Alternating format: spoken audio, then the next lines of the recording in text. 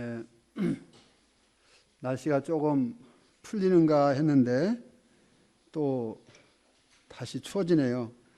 감기 유의하시면 좋겠습니다. 저는 몸살 감기 한 번 오면은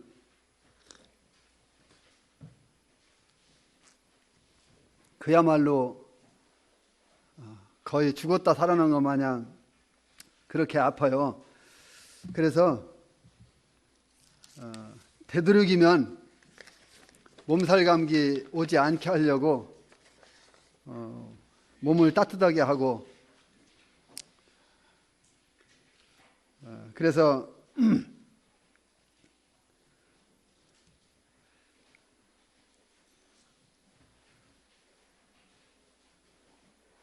몸살 감기가 올 것 같으면은 또 미리 마스크도 하고 예방책을 이렇게 세우곤 합니다. 건강 조심하시기 바랍니다. 요한계시록 3장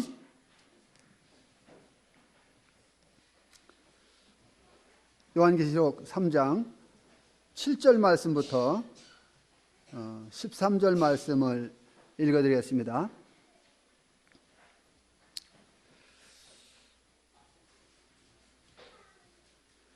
필라델비아 교회의 사제에게 편지하라. 거룩하고 진실하사 다윗의 열쇠를 가지신 이 곧 열면 닫을 사람이 없고 닫으면 열 사람이 없는 그가 이르시되 볼지어다 내가 네 앞에 열린 문을 두었으되 능히 닫을 사람이 없으리라.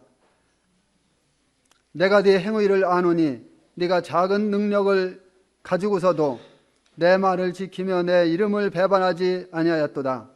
보라, 사단의 해당 곧 자칭 유대인이라 하나 그렇지 아니하고 거짓말하는 자들 중에서 몇을 네게 주어 그들로 와서 네 발 앞에 절하게 하고 내가 너를 사랑하는 줄을 알게 하리라. 네가 나의 인내의 말씀을 지켰은즉 내가 또한 너를 지켜 시험의 때를 면하게 하리니 이는 장차 온 세상에 임하여 땅에 거하는 자들 시험할 때라. 내가 속히 오리니 네가 가진 것을 굳게 잡아 아무도 네 멸류관을 빼앗지 못하게 하라. 이기는 자는 내 하나님 성전의 기둥이 되게 하리니 그가 결코 다시 나가지 아니하리라. 내가 하나님의 이름과 하나님의 성 곧 하늘에서 내 하나님께로부터 내려오는 새 예루살렘의 이름과 나의 새 이름을 그의 위에 기록하리라. 귀 있는 자는 성령이 교회들에게 하시는 말씀을 들을지어다.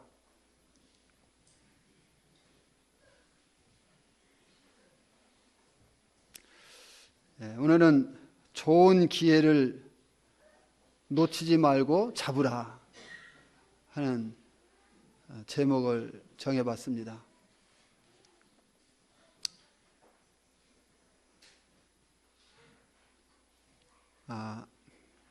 우리 성도님들께서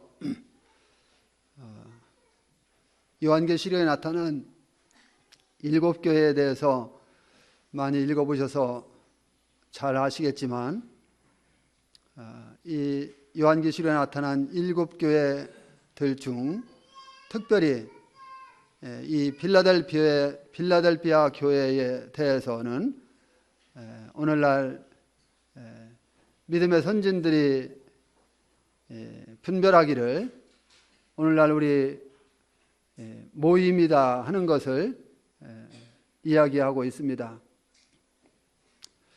물론 이 필라델피아 교회를 오늘날 우리 모임에 비유할 만큼 우리가 과연 이 필라델피아 교회에게 칭찬하신 전혀 책망이 없는 이와 같은 모습의 신앙생활을 하고 있는지에 대해서는 우리 각자가 스스로 점검해보고 나를 들여다보고 내 신앙을 재점검하는 이와 같은 것이 있어야 할 것입니다. 저 역시 주님 앞에서 이와 같은 말씀을 준비하면서 빌라델피아 교회를 오늘날 우리 모임에 비유할 만큼 우리 모임이 그렇게 또 내가 그렇게 하나님 말씀에 전혀 책망이 없이 하나님을 그렇게 충성스럽게 신실하게 하나님 말씀을 순종하면서 섬기느냐에 대해서는 나도 나 스스로를 돌아보게 되고 점검할 수밖에 없었습니다. 빌라델피아 교회는 사대에서 남쪽으로 약 44km 정도 지점에 위치해 있는 교회였습니다. 계시록에 있는 7교회들 중에 가장 아름다운 간증을 가진 이런 교회였던 것을 볼 수가 있습니다. 하나님 앞에서 아름다운 간증을 갖는다고 하는 것은 교회에도 중요하지만 또 우리 개인의 성도들도 그만큼 상당히 중요하다고 하는 것을 생각하지 아니할 수가 없습니다. 그들은 주님의 명령을 지킴으로 인해서 칭찬을 받았던 것을 볼 수가 있습니다. 그리고 그들에게는 책망이 전혀 없습니다.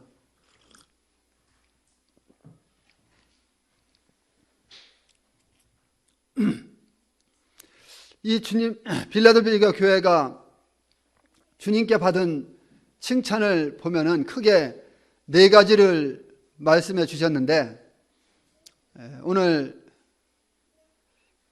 오후 집회는 그룹 교제로 모이죠. 이 4가지에 대해서 특별히 그룹 시간에 토의할 수 있었으면 좋겠습니다. 첫째는 작은 능력을 가지고도 내 말을 지켰다 하는 것과, 두 번째는 내 이름을 배반하지 아니했다 하는 것과, 세 번째는 형제 사랑이 있었다고 하는 것이죠. 우리가 형제 사랑을 함으로 사망에서 생명으로 옮겼다고 하는 것을 요한일서 3장 14절 말씀에서 말씀해 주고 있는데, 바로 우리 모임의 특징이 형제 사랑, 즉 우리의 생명이 사망에서 생명으로 옮겨진 이와 같은 가운데서, 구원의 확신 가운데서 구원받은 것을 한 사람 한 사람 점검하면서 하나님 앞에서 모두가 제사장의 직분을 가지고 하나님을 섬기게 하는 이와 같은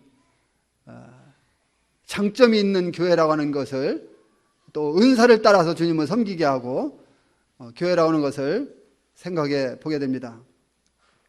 네 번째는 주의 복음을 전한 교회였다 하는 것입니다. 왜냐하면 내 앞에 열린 문을 두었다고 주님 말씀해 주셨기 때문에 그렇습니다. 이 빌라델피아 교회는 형제 사랑을 의미합니다. 주님은 이 교회에 거룩하고 진실하사 다윗의 열쇠를 가지시니 곧 열면 닫을 자가 없고 닫으면 열 자가 없는 분으로 나타나 보이시고 있는 것을 보게 됩니다. 다시 말해서 주님은 절대적 통치권을 가지고 계시고 절대적 통제권을 가지고 계신 분이다 하는 것을 말씀해 주시고 있는 것이죠. 이 빌라델피아 교회에게는 한마디의 말씀도 책망이 없습니다.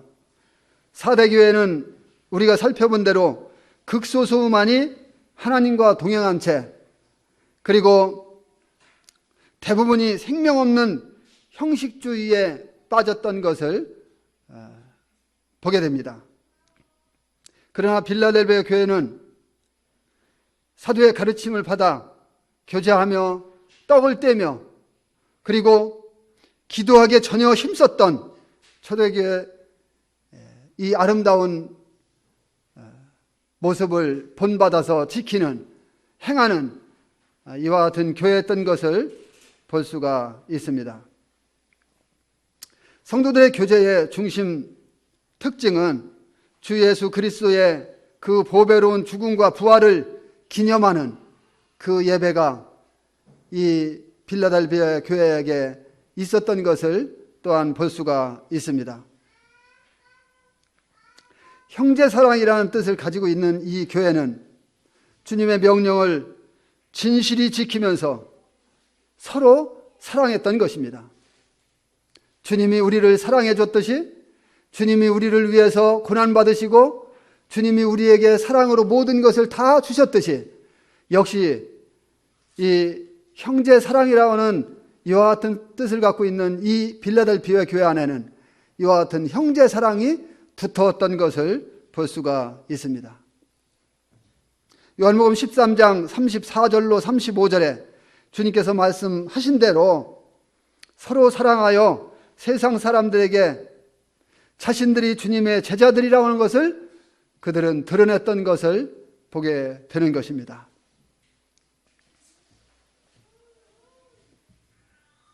그들이 서로 사랑한 것은 말과 혀로만이 아니라 요한일서 3장 18절 말씀대로 행함과 진실함으로 했던 것을 보게 됩니다. 빌라델비아 교회는 성실하고 가식이 없는 형제 사랑 때문에 주님께로부터 칭찬을 받았던 이러한 교회입니다. 그뿐만 아니라 모든 교회들에게 좋은 본이 되었습니다. 우리는 주님의 삶에서 나타난 대로 온전한 사랑의 삶을 사는 법, 어떻게 하는 것이 진짜 사랑의 삶을 사는 것인가 하는 것을 배울 수가 있습니다. 그 말씀을 하신 주님은 참으로 거룩하신 분이십니다. 그래서 사랑은 거룩하고 순결한 삶으로부터 흘러나올 때 거기에 진실로 실제적인 것이 될 수가 있는 것이죠. 진정한 사랑은 자기를 만족시키지 않고 타인에게로 향하는 것입니다. 그래서 나를 위한 것이 아니라 다른 사람을 위해서, 형제를 위해서, 자매를 위해서 양보하고 또 때로는 손해보기도 하고, 이것이 진정한 사랑이지 않느냐.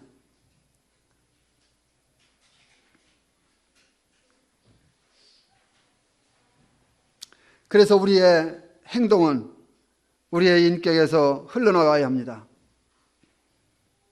하나님은 거룩하시며 그러기에 하나님은 사랑이십니다. 하나님은 또한 진실하십니다. 그리스도께서는 하나님께 진실했어요. 그리고 또한 사람들 앞에서 사람들에게 대해서도 아주 진실했습니다. 주님은 그런 분이셨어요. 주님은 세상의 죄악 가운데서 거룩하셨으며 세상의 거짓됨 가운데서도 진실하셨습니다. 주님은 자신을 참빛, 참포도나무, 그리고 진실된 증인으로 말씀하셨습니다. 이사야 22장 15절로 25절 보면은 빌라델비아 교회에게 대한 이 우리 주님의 말씀의 의미를 발견할 수가 있습니다. 우리 한번 그 말씀을 좀 찾아보실까요? 이사야 22장입니다.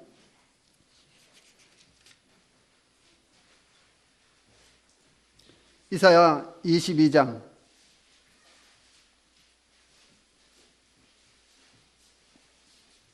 15절로 25절 말씀을 읽어드리겠습니다. 주 만군의 여호와께서 이르시되 너는 가서 그 국고를 맡은 국고를 맡고 왕국 맡은 자 셈나를 보고 이르기를 내가 여기서 무슨 관계가 있느냐? 여기에 누가 있기에 여기서 너를 위하여 묘시를 받느냐? 높은 곳에 자기를 위하여 묘시를 받고 반석에 자기를 위하여 처소를 쪼아내었도다. 나 여호와가 너를 단단히 결박하고 장사같이 서게 하되 세게 던지되 반드시 너를 모질게 감싸서 공같이 광막한 곳에 던질 것이라. 주인의 집에 수치를 끼치는 너여, 내가 그곳에서 죽겠고 내 영광의 수레도 거기에 있으리라.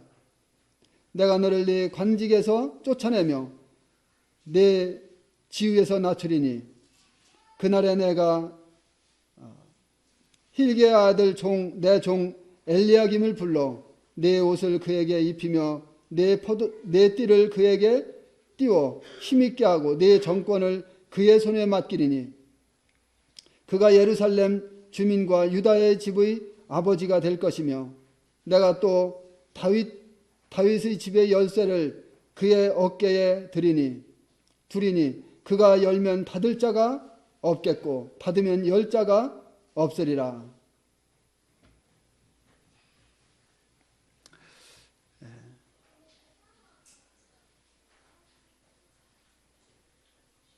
(23절까지) 못이 단단한 곳에 박힘같이 그를 견고하게 하리니 그가 그의 아버지 집에 영광의 보좌가 될 것이요. 거기까지만 보겠습니다. 여기에 말씀을 보면은 셈나가 나옵니다. 당시 이 셈나는 히스기야 왕의 국고와 그 집의 재정을 맡은 이와 같은 청직이었습니다.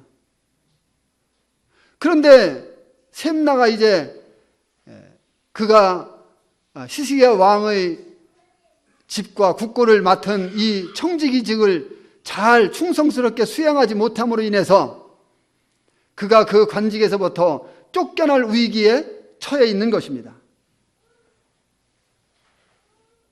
그리고 대신 엘리야김에게 그 직위가 지워질 예정이었습니다. 여기 22절에 엘리야김에게 주어진 이 말씀은 바로 이 계시록에서 우리의 복수는 주님에 의해 주님 자신에게 적용이 되는 것입니다.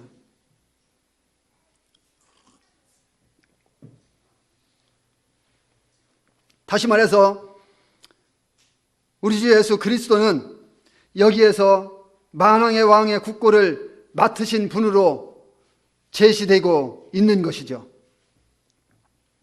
영원하신 하나님의 모든 부가 우리 주님의 관리 아래 있는 것입니다.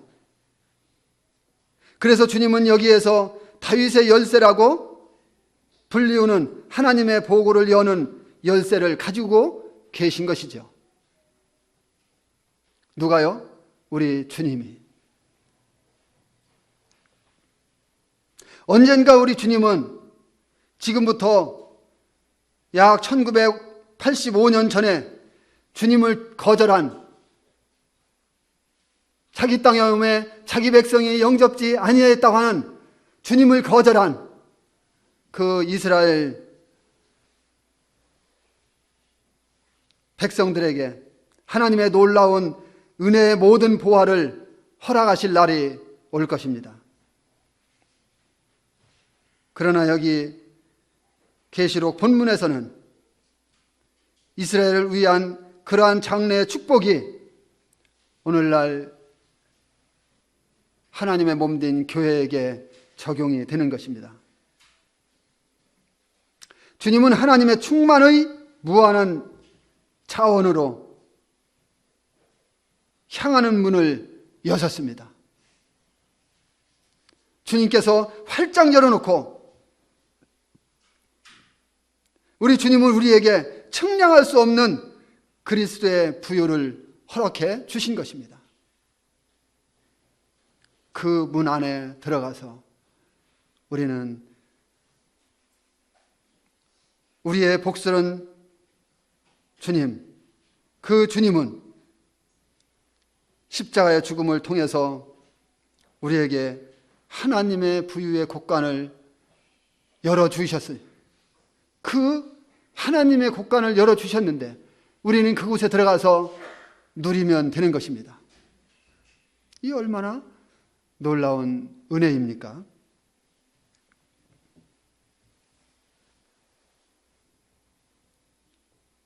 우리 주님께서 여섰기 때문에 아무도 닫을 자가 없는 것입니다. 유대인도 이방인의 종교 집단도 하나님이 그리스도를 전파하여 모든 사람들로 들을 수 있도록 열어놓으신 이 복음의 문, 이 복음의 문을 닫을 자가 없다고 하는 것입니다. 다윗의 열쇠란 문을 열고 닫는 것에 있어서 하나님이 절대적 주권을 가지고 계시다 하는 것을 말씀해 주시고 있는 것이죠. 이제 우리는 그 안에서 마음껏 누리면 됩니다. 열린 문은요, 요한복음 10장 9절에 주님께서 내가 문이니 누구든지 나로 말미암아 들어가며 나오며 꼴을 얻을 것이라고 주님께서 말씀해 주셨습니다. 그래서 우리는 예수님을 믿는 그리스도인들은 누구나 그곳에 출입하면서 하나님의 자녀들에게 속한 모든 특권을 누리고 또 그것을 사용할 이와 같은 자유가 우리에게 주어져 있는 것입니다. 그곳에 출입하면서 우리 마음에 하나님의 진리들로 가득 채울 수 있는 거예요. 그것을 주님은 절대로 제한하지 않습니다. 마음껏 채우고 마음껏 누리라고 주님 말씀해 주시고 있습니다. 우리가 그렇게 마음껏 채우고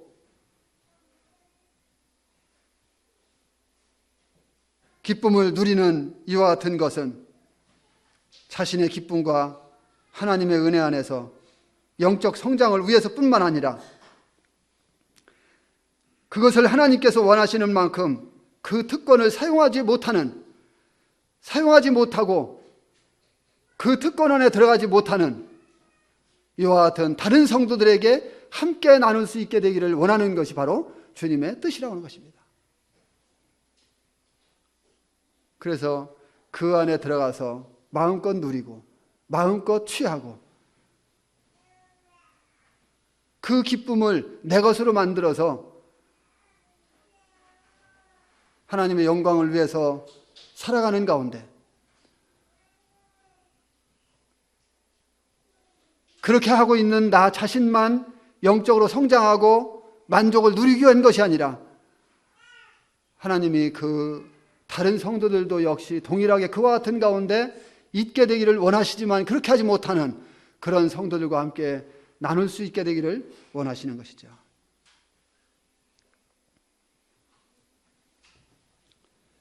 세상의 그 어떤 것보다 훨씬 더 큰 축복으로 인도하는 이 열린 문을 저와 성도님들이 마음껏 사용하실 수 있게 되기를 바랍니다. 그리고 그곳에서 풍성히 누리실 수 있게 되기를 바랍니다. 8절에 다시 보면은 볼지어다 내가 내 앞에 열린 문을 두었으되 능히 닫을 사람이 없으리라. 내가 네 행위를 아노니 네가 작은 능력을 가지고서도 내 말을 지키며 내 이름을 배반하지 아니하였도다. 주님은 내가 네 행위를 안다고 말씀하셨습니다. 이 말씀 뒤에는 사대나 라오디게아의 경우와 달리 아무런 책망도 없는 것을 볼 수가 있습니다. 주님은 충성된 그리스도인이 주님을 위해 행하고 있는 것에 대해서 다 아십니다. 아까 예배드릴 때 어떤 형제가 주님은 우리에 대해서 알지 못하시는 것이 없는 분이라고 기도했는데 그렇습니다. 주님은 우리가 주님을 향해서 무엇인가 하고자 할 때, 심지어는 내가 하고는 싶지만 육신이 연약해서 할 수 없는 이와 같은 가운데에서 마음으로만 생각해도, 그리고 마음으로만 소원을 해도 주님은 그것을 들으시고 그것을 이루어 주시는, 그리고 그것을 받으시고 그것에 대해서 주님은 기뻐하시는 이와 같은 주님인 것을 우리는 압니다. 주님은 우리가 주님을 위해서 사는, 주님을 위해서 행하는 모든 것을 알지 못하시는 것이 하나도 없으신 분이에요.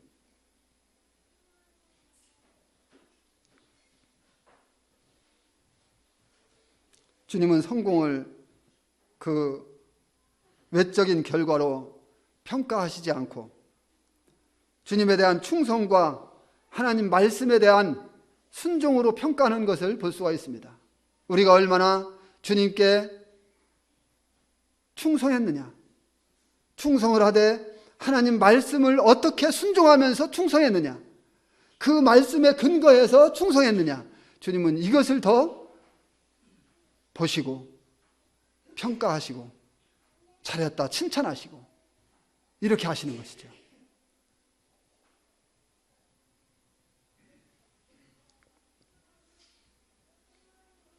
작은 능력은 연약함을 의미합니다.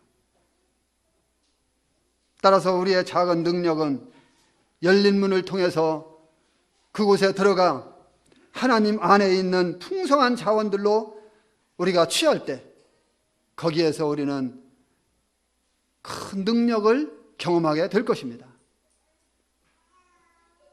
그래서 우리는 열린 문을 자주 사용하고 그 열린 문으로 들어가며 나오며 꼴을 얻는 이와 같은 삶이 필요하다고 하는 것입니다.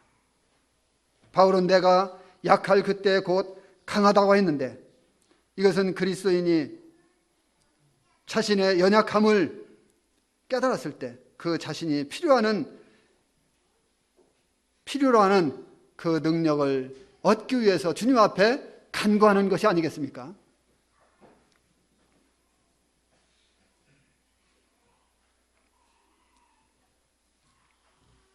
필라델비아 성도들은 숫자의 규모에 상관없는 영적인 활력소가 있었던 것을 보게 됩니다.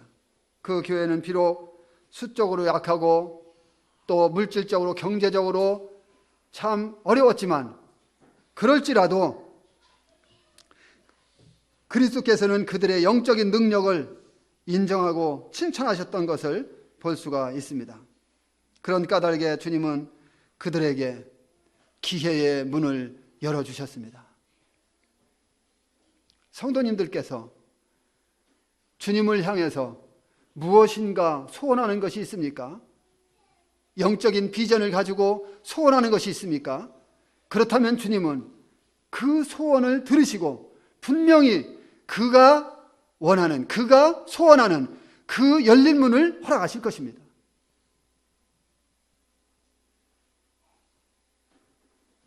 그래서 성도님들이 그 소원을, 그 비전을 주님을 위해서 가질 수 있게 되기를 바랍니다.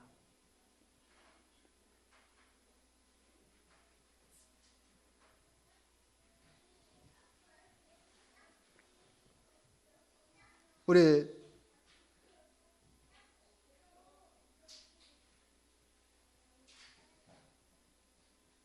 조수영 부치님과 김태식 모치님 주님 마음에 받아들이고 그리고 침례에 순종하고 이렇게 되기까지는 자녀들의 부모를 향한 구원받게 하기 위한 이와 같은 소원이 있었기에 주님은 거기에 그런 쪽에서 열린 문을 허락하신 거예요.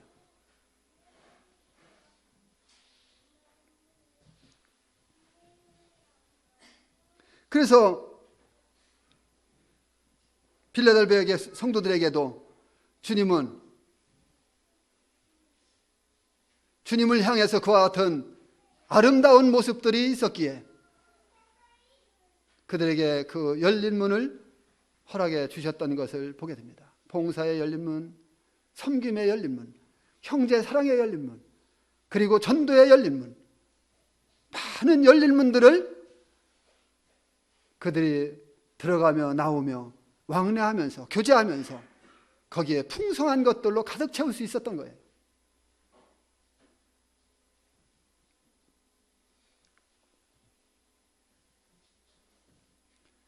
그래서 그들은 선행을 열심히 할 수 있었습니다. 그들은 무력했음에도 불구하고 주님을 의지함으로써 그들의 삶을 통해서 진리를 전파했습니다. 그 진리가 그들을 그렇게 열린 문으로 들어갈 수 있도록 그렇게 세워졌던 거예요.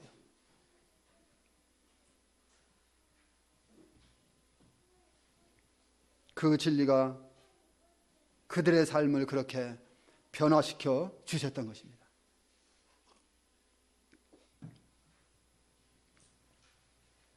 그리고 그들이 그리스도의 이름을 배반하지 않았습니다. 성경은 우리가 죄인으로 그리스도께 나아갈 때 주님의 이름을 시인한다고 사도행전 4장 12절 말씀에서 우리에게 말씀해 주시고 있습니다. 다른 이로서는 구원을 얻을 수 없나니 천하 인간의 구원받을 만한 다른 이름을 우리에게 주신 일이 없다.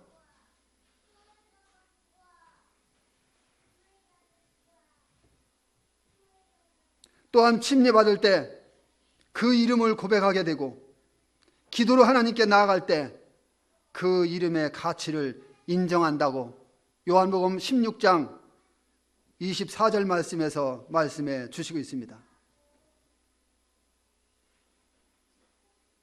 그리고 그리스도의 이름으로 함께 모일 때 그 이름의 권위를 인정한다고 마태복음 18장 20절 말씀에서 우리에게 가르쳐주고 있습니다. 주의 이름을 시인하고 그리고 주의 이름의 가치를 인정하고 그리고 주의 이름의 권위를 인정하는 이와 같은 삶은 그리스도인들에게 있어서 아주 필요한 것이죠. 주님은 거기에 얼마나 기뻐하시는지.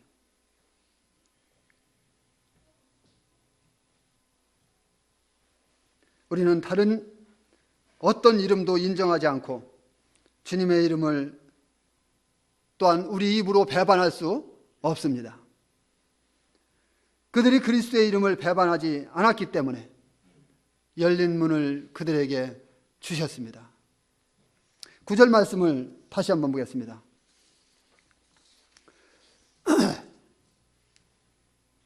보라, 사탄의 회당 곧 차칭 유대인이라 하나 그렇지 아니하고 거짓말하는 자들 중에서 몇을 내게 주어 그들로 와서 네 발 앞에 절하게 하고 내가 너를 사랑하는 줄을 알게 하리라.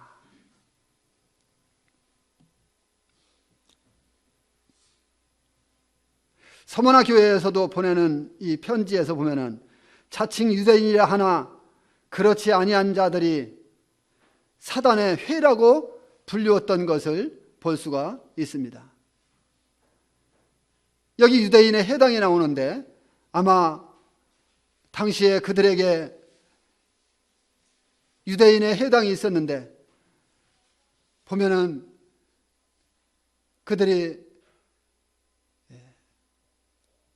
오히려 사단의 앞잡이로서 그리스도인들을 핍박하고 또 회방하고 또 믿는 것에 방해를 하고 이와 같은 일들을 할 뿐만 아니라 또 성경을 잘못 해석하여 잘못 가르치는 이와 같은 일들도 있었을 것입니다. 그러나 우리 주님께서 그러한 부류 중 몇을 내게 주겠다고 말씀하셨습니다.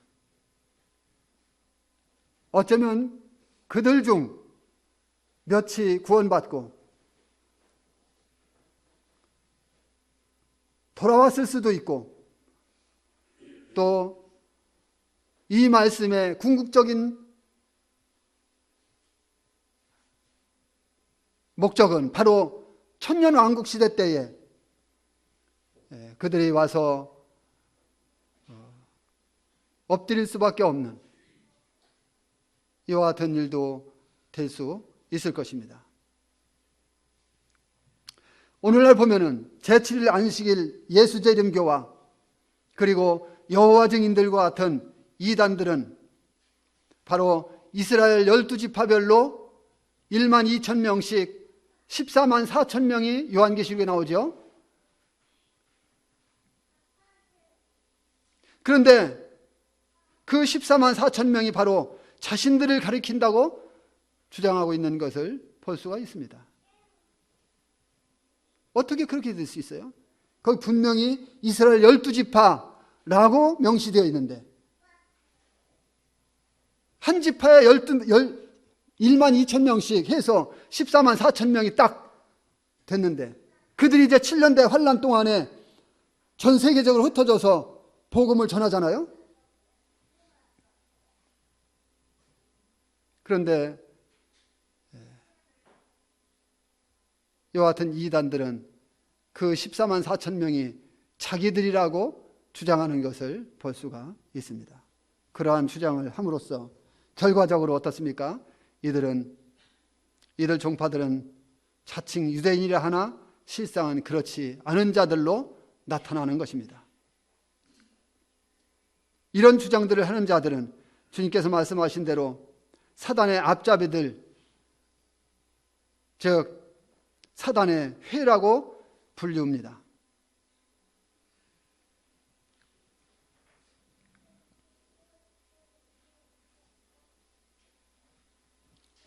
10절 말씀, 갈 길이 먼데 시간은 다 됐네요.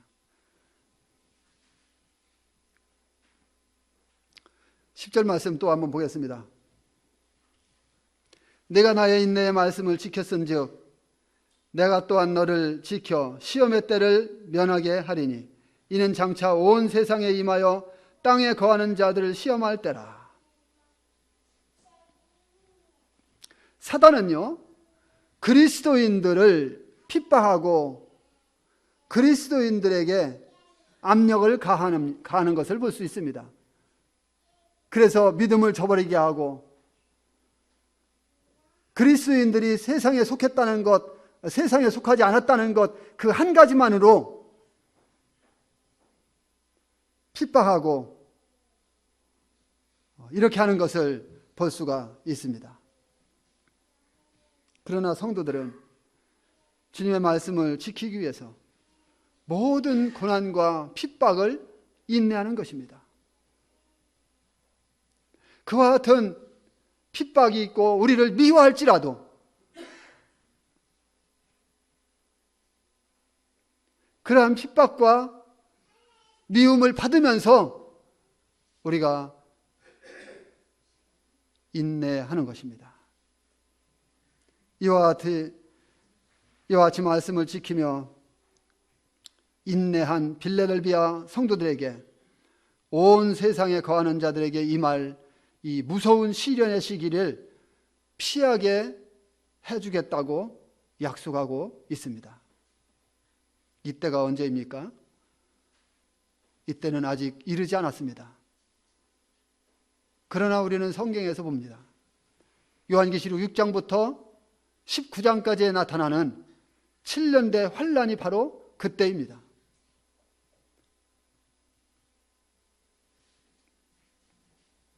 그때는 땅에 거하는 자들을 시험할 때라고 말합니다. 그때의 교회는 땅에 없습니다. 왜 그렇습니까? 주님은 그 무서운 시련의 때를 만나지 않고, 그리고 피할 수 있게 해주겠다고. 그것이 바로 휴거지요.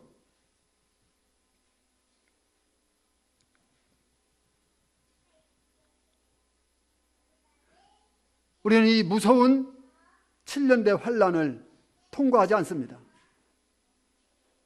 얼마나 감사한 일인지 몰라요.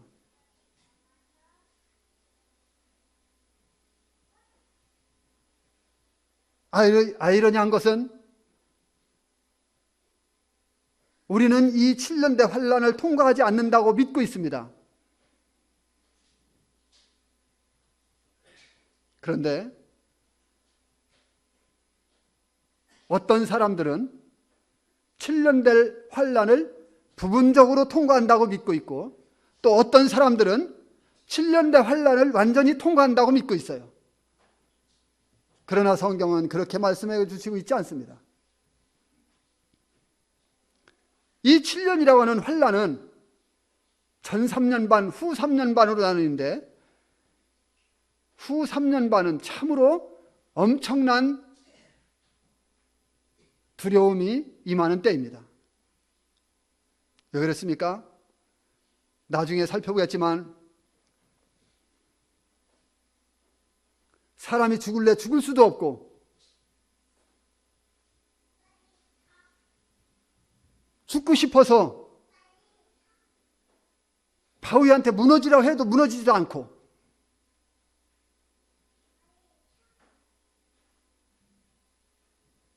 이런 무서운 때가 오는 것입니다. 하늘에 별 3분의 1이 떨어지고, 달 3분의 1이 떨어지고, 해 3분의 1이 떨어지는 이 무서운 때가 오는 것입니다. 그래서 만약에 우리가 이 7년대 환란을 통과한다면 우리는 참으로 슬픈 자들입니다. 그러나 주님 그렇게 말씀하시지 않았어요. 얼마나 감사합니까?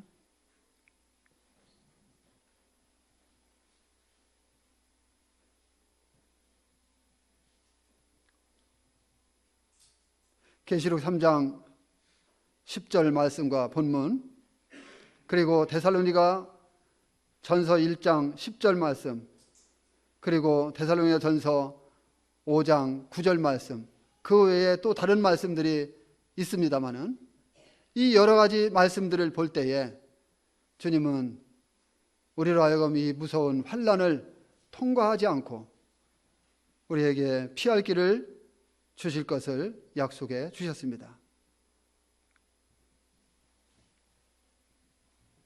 그리고 교회의 휴거는 디도서 2장 11절로 13절 말씀에서 교회의 복수는 소망이라고 말씀해 주시고 있는 것을 볼 수가 있습니다.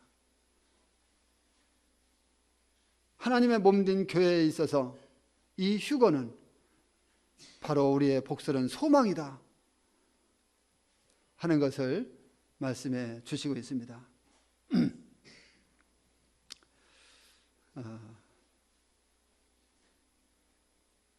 준비한 말씀을 다 나누고 싶은데 다 이 말씀을 나누면 시간이 많이 지나니까 여기서 그만하고 또 주님이 허락하시면 다음에 함께 나누겠습니다.